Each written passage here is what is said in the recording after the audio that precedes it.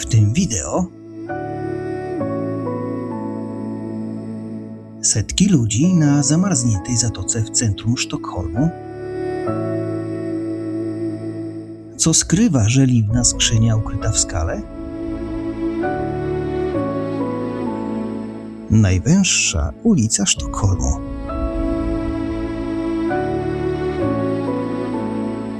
Uroki Starego Miasta?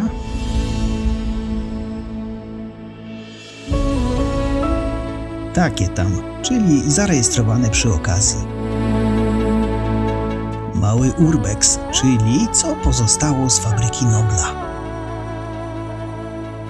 Jak wygląda najstarszy pisuar w Szwecji? Co oznacza postrzępiona flaga tego kraju? Winterviken. Tam produkowano dynamit.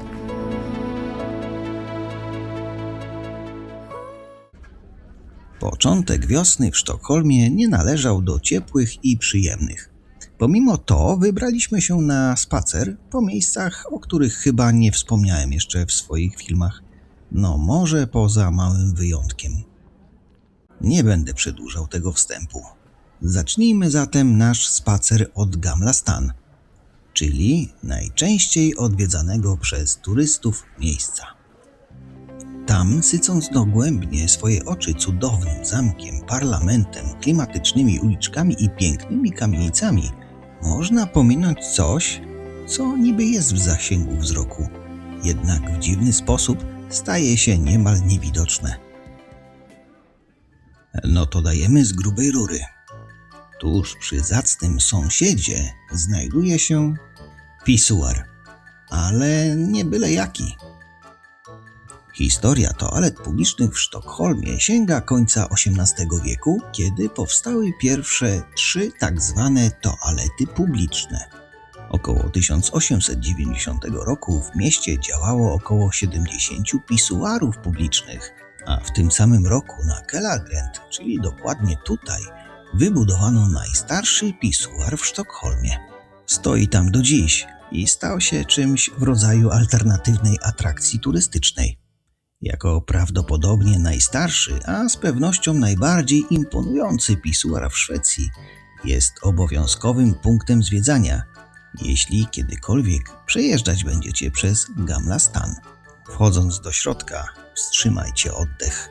Choć informacja o tym, że jest to pisuar, jest ledwo zauważalna, ewidentnie czuć, że nadal jest używany. Przechadzając się uliczkami Gamla Stan, można przeoczyć wiele ciekawych miejsc. Jedną z takich uliczek jest Aleja Mortena Trotziga. Ze wszystkich wąskich uliczek sztokholmskiego Starego Miasta jest zdecydowanie najwęższa. W jednym miejscu ma zaledwie 90 cm szerokości. Jest tak wąska, że latarnie uliczne niemal dotykają przeciwległej ściany. Uliczka nosi nazwę wpływowego sztokholmskiego kupca żyjącego na przełomie XVI i XVII wieku. Na początku XVIII wieku uliczka otrzymała obecną nazwę. Wcześniej nosiła skądinąd wymowną nazwę Den Trånge Trappegränden, czyli wąska alejka schodowa. W połowie XIX wieku uliczkę zablokowano deskami z obu stron, by otworzyć ją ponownie dopiero w 1945 roku. Dziś zaułek jest niezwykle popularną atrakcją turystyczną, wpisaną we wszystkie przewodniki jako nieodłączny element zwiedzania Starego Miasta. Jednak nocą zaułek pełni funkcję publicznej toalety, a ściany pokrywają się graffiti ku irytacji miasta i właścicieli nieruchomości. Zamiast malowniczej alejki ze starszych fotografii, turystów wita Offengränden, czyli Aleja Ofiarna, która sama w sobie stała się atrakcją i kontrastem dla dobrze utrzymanego Starego Miasta. Zauważyłem tu drzwi, co może wskazywać, że późną nocą zaułek jest zamykany. No cóż, tak czy owak, przez wiele miesięcy słońce zachodzi tu około 16. I wtedy w półmroku, przy oświetleniu klimatycznych latarni, ludzie oddają tu honorowo swoje ofiary. Za chwilę wrócimy na Stare Miasto. Teraz zabiorę was w miejsce, z którego roztacza się panorama na Gamla Stan. mroźny i wieczny poranek wiosny może i nie sprzyja spacerom w mieście, gdzie mocno wieje. Jednak warto wspomnieć o tym wzgórzu.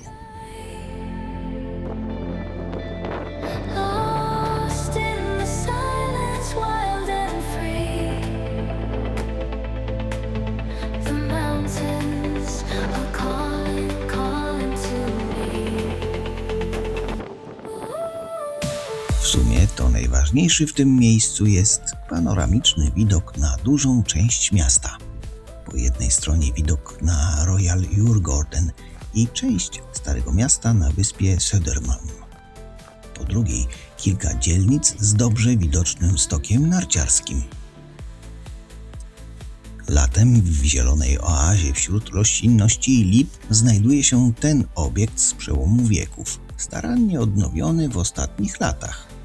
Nowo wyremontowana jadalnia, sala bankietowa, bar i ogród mogą pomieścić od 10 do kilkuset gości. Podobno to fantastyczne miejsce na chrzciny, wesela, przyjęcia, koncerty muzyczne czy inne imprezy firmowe.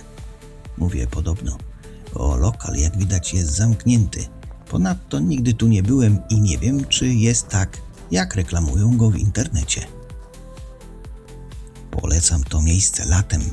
Wtedy widok jest naprawdę fantastyczny.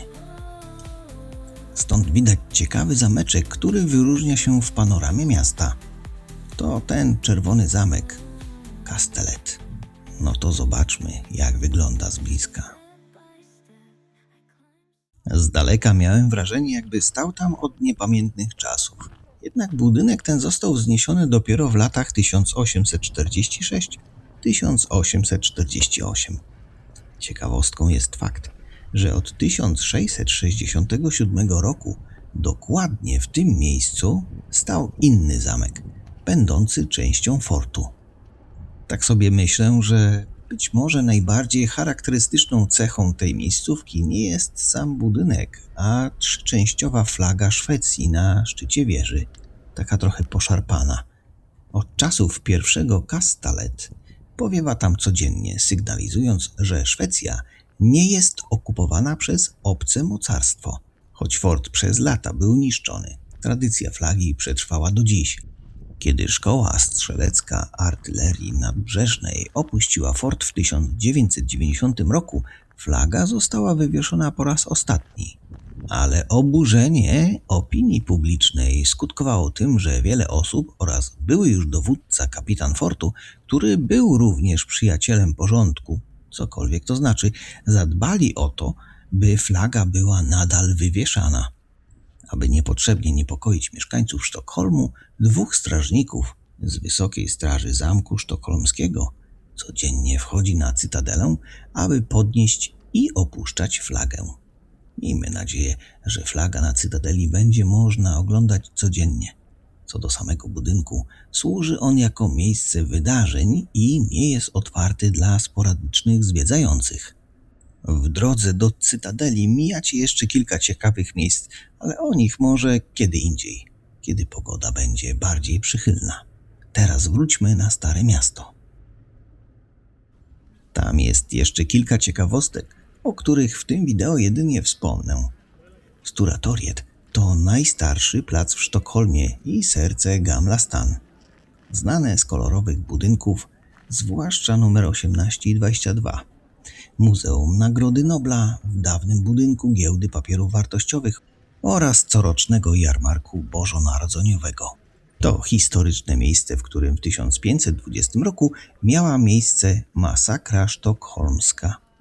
Dziś jest to tętniące życiem centrum turystyczne z kawiarniami i miejscami do siedzenia na świeżym powietrzu. W zaułku, w jego obrębie możemy natknąć się na nie tak oczywisty w tym miejscu kamień runiczny. Jedyny kamień runiczny w sztokholmskim urzędzie celnym znajduje się wmurowany w ścianę w Gamla Stan z tekstem skierowanym na zewnątrz. Fakt, że obok niego na ulicy leży przewrócona, właściwie wystająca z chodnika armata, czyni to miejsce jeszcze bardziej osobliwym. Trudno powiedzieć, jak długo stanowił on część domu.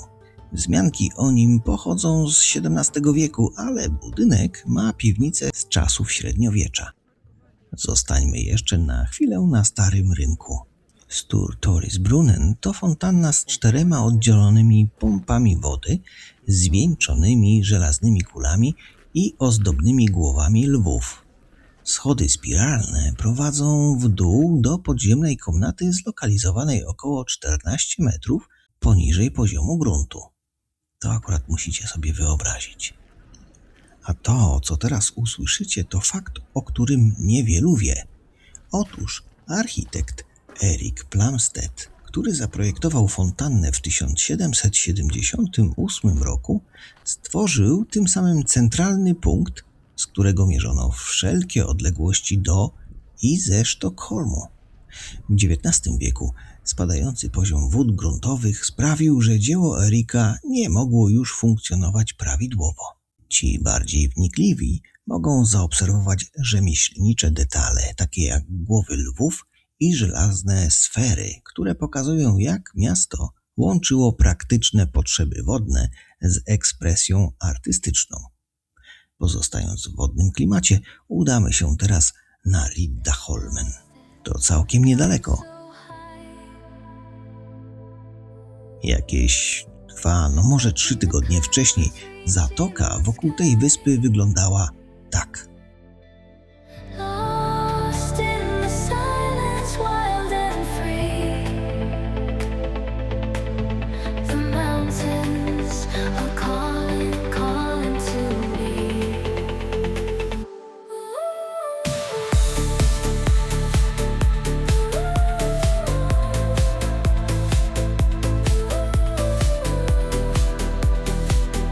O atrakcjach zimowych tej wyspy zrobiłem inny materiał, dlatego teraz opowiem o schowanej przed światem pewnej metalowej skrzyni.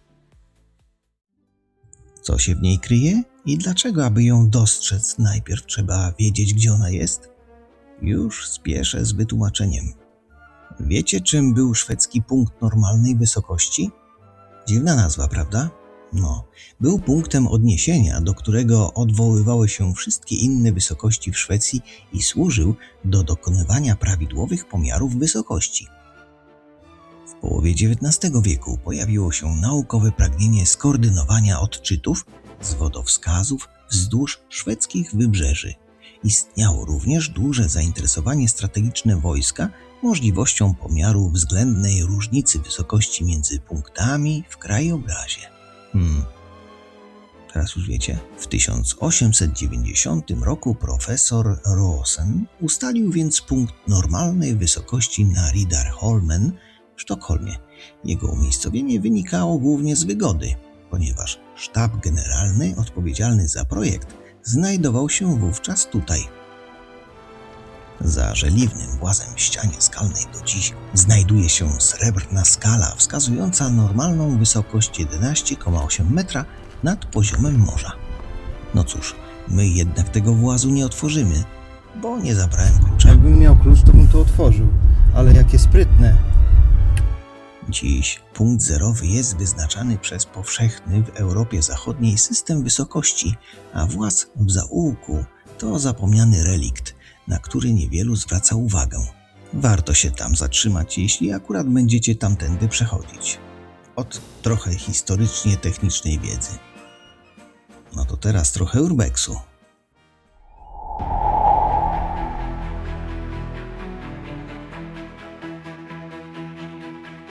Zabieram was na wycieczkę po zgliszczach fabryki dynamitu Nobla. No może nie do końca tylko po nich, bo sama lokalizacja, do której turyści rzadko zaglądają, jest warta takiego spaceru. To gdzie się znajdujemy?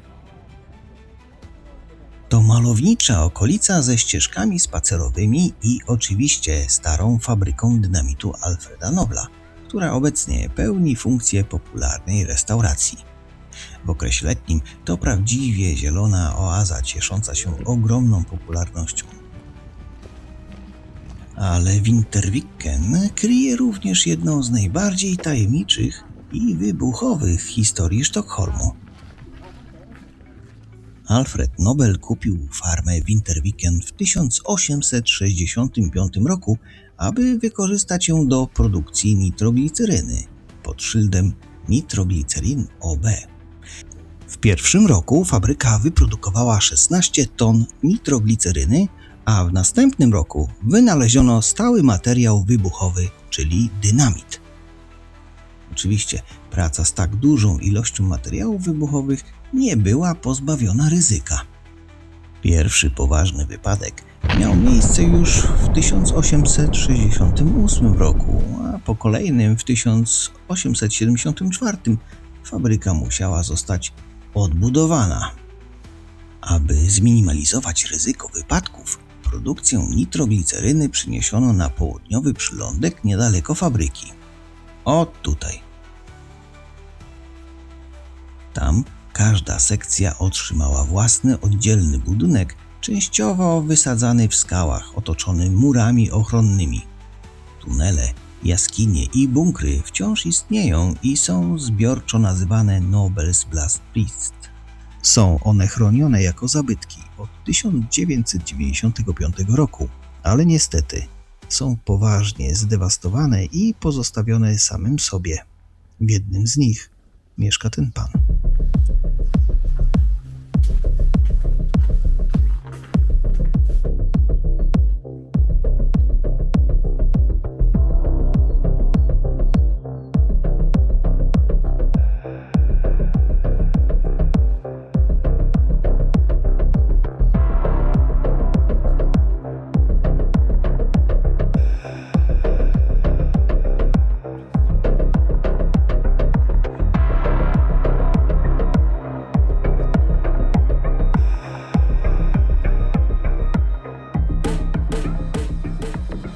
Kominy strzałowe Nobla mogą być mało znaną atrakcją, daleką od tradycyjnych atrakcji turystycznych Sztokholmu, ale stanowią ważną część historii, prawdopodobnie największego szwedzkiego wynalazcy wszechczasów. W 1930 roku, aby upamiętnić Alfreda Nobla oraz pracowników, którzy zginęli w fabryce, stworzono miejsce z tablicą pamiątkową.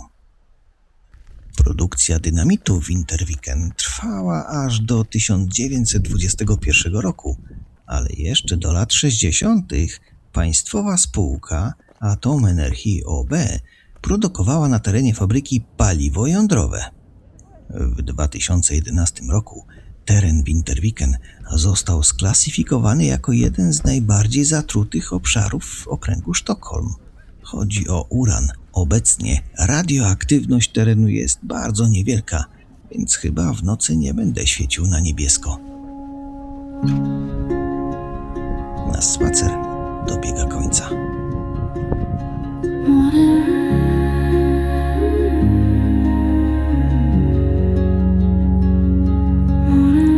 Wszystkim, którzy dotrwali do końca tego wideo, dziękuję za oglądanie.